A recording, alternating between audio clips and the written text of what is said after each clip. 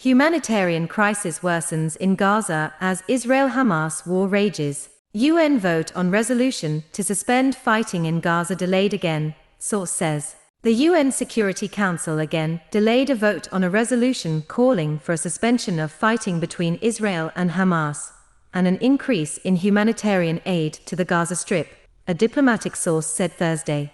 This marks the fourth time the UNSC has delayed a vote as negotiations are still ongoing.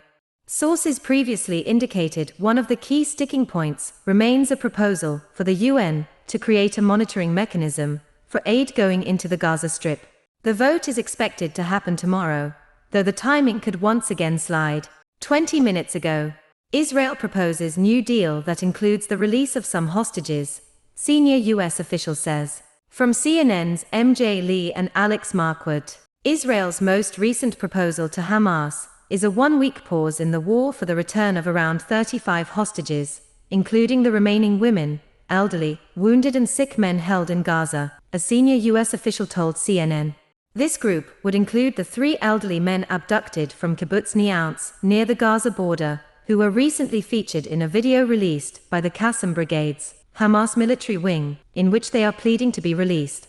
CNN was unable to independently verify when or where the footage was shot, or the condition of the captives. And despite Hamas stating on its Telegram channel on Thursday that it would not agree to any discussions about prisoner swaps until after Israel ends its military operation, US officials continue to believe that there is a pathway to secure the release of more hostages, that official said. The senior US official declined to say whether Hamas' most senior leader in Gaza, Yahya Sinwar, had responded to Israel's latest proposal on the hostages. Sinwar is Israel's primary target in Gaza. The Israel Defense Forces has called him a dead man walking. Both Israeli and American officials have indicated they believe Sinwar could be in the network of tunnels below Khan Yunis, where he's from. While Israel has returned to the negotiating table to get more of the hostages taken by Hamas during the October 7th attack, both Israeli and US officials have made clear that a deal does not appear imminent, CNN previously reported. 8 Americans remain unaccounted for since the October 7th Hamas attack on Israel. 4 Americans, 3 women and a toddler, have been successfully released since the start of the Israel-Hamas war. The US and Qatar have continued to push Israel to get back to the negotiating table, ever since a 7-day truce ended 3 weeks ago, and efforts to get hostages released stalled. The talks to resurrect the negotiations appeared to be at a standstill, but then picked up after Israeli forces accidentally killed 3 Israeli hostages who had escaped from their captors. While Sinwar's response and approval is key to moving a deal forward, Hamas officials outside Gaza, who talked to Qatar and Egypt, have said they have increasingly little to gain by striking a new deal, adding that they would, once again, likely see Israel's fierce bombing campaign resume, a person familiar with the discussions said.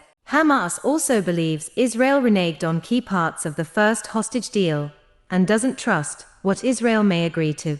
Hamas was also surprised by the aggressive bombardment that started up again after the 7-day pause, the person said, a bombing that Hamas said has killed Israeli hostages, and would be expected to continue after a potential second deal and pause come to an end.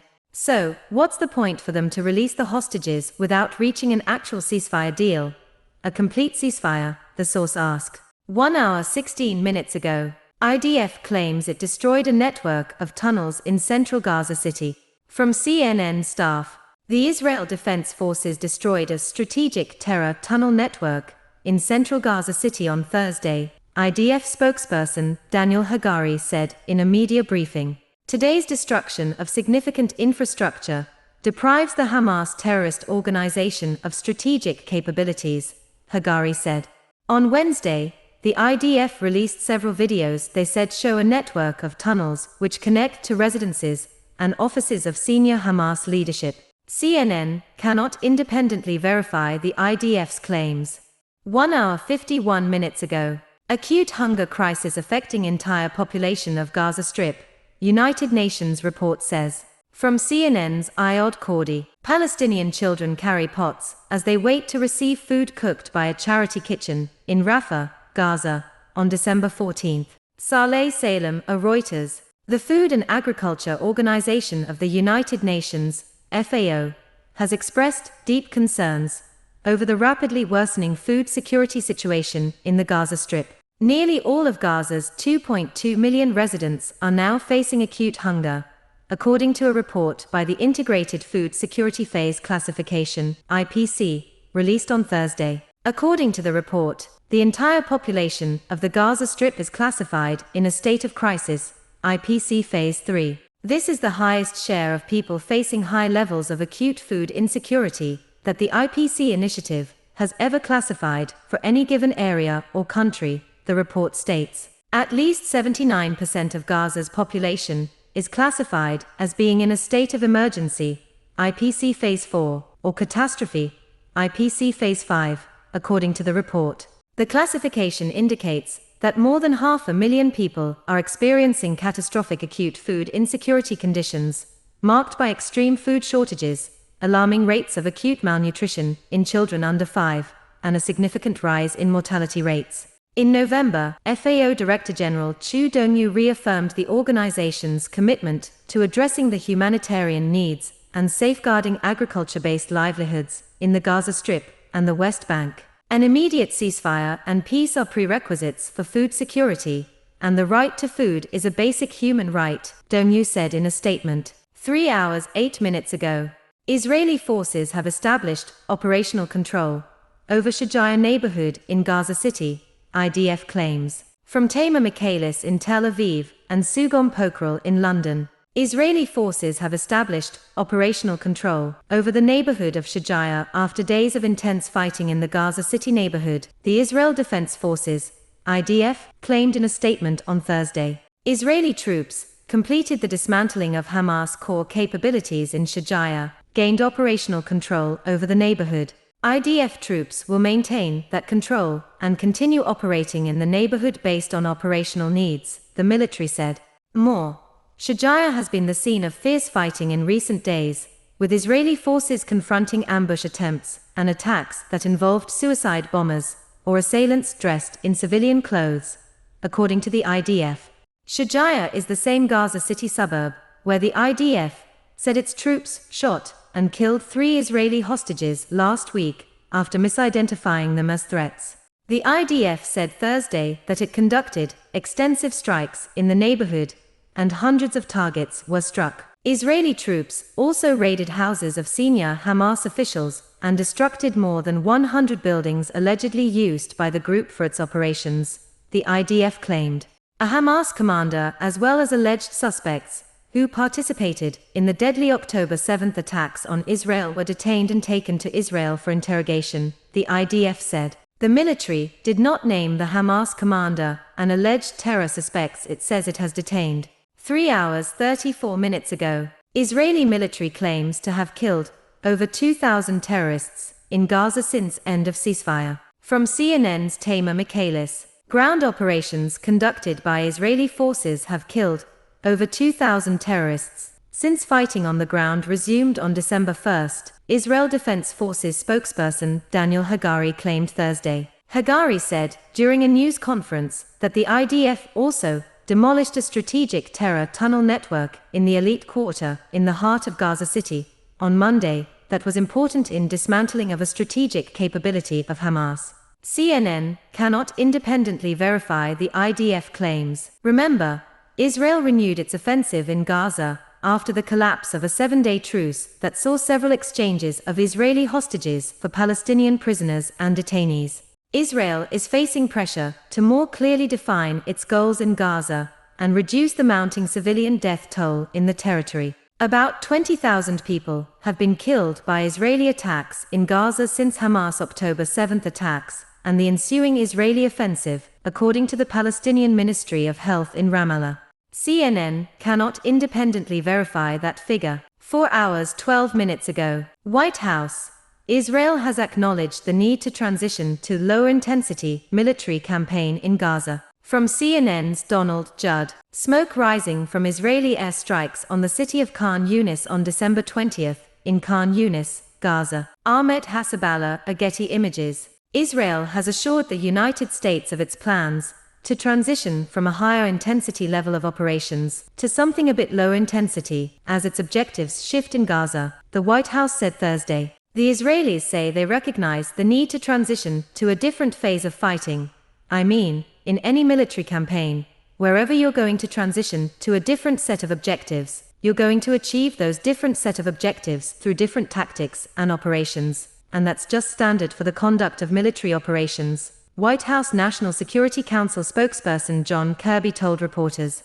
Kirby declined to offer a timeline on when exactly Israel would transition to that new phase, adding the Israelis will decide when, and they will decide what lower intensity looks like and what that means. Kirby noted, "We are not dictating terms and timelines to the Israelis." He went on to say that the US has talked about the importance of moving to lower intensity operations, and obviously we don't want them to do it sooner than they think they can do it safely and effectively, but we believe that a transition, in the near future, is the best possible outcome. Kirby pointed to a series of high-level trips to the region, noting Defense Secretary Lloyd Austin, Secretary of State Antony Blinken, and National Security Advisor Jake Sullivan have all traveled to Israel recently, where officials talked to them about our lessons learned in doing those kinds of transitions, as well as asking them some tough questions. 5 hours 7 minutes ago, Biden in touch with members of National Security Team regarding UN resolution on Gaza,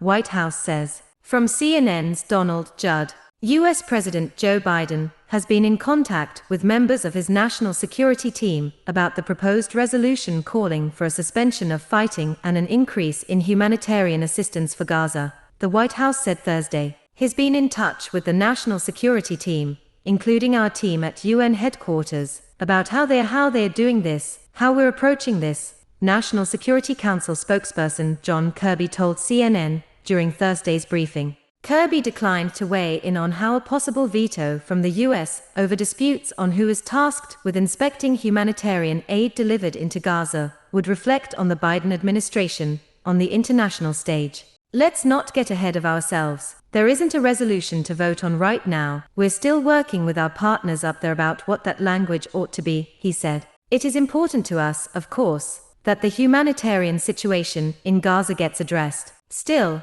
he acknowledged that proposed language tasking the UN with exclusive responsibility for inspecting the delivery of aid could be a sticking point. I'm not going to negotiate this language here from this podium. We're still actively working with our UN partners about the resolution and the language itself, he said. Israel has had, and understandably so, has had a role in the inspection regime, a key role, a pivotal role, and we understand and respect that, and I think I'll leave it at that. 5 hours 20 minutes ago, World Health Organization videos from inside 2 Gaza hospitals show extent of damage. From CNN's Maya Elinger, videos captured by the World Health Organization, WHO, inside of Al-Shifa Hospital and Al-Ali Baptist Hospital in northern Gaza show the dire situation facing hospitals in the enclave amid the Israel Hamas war.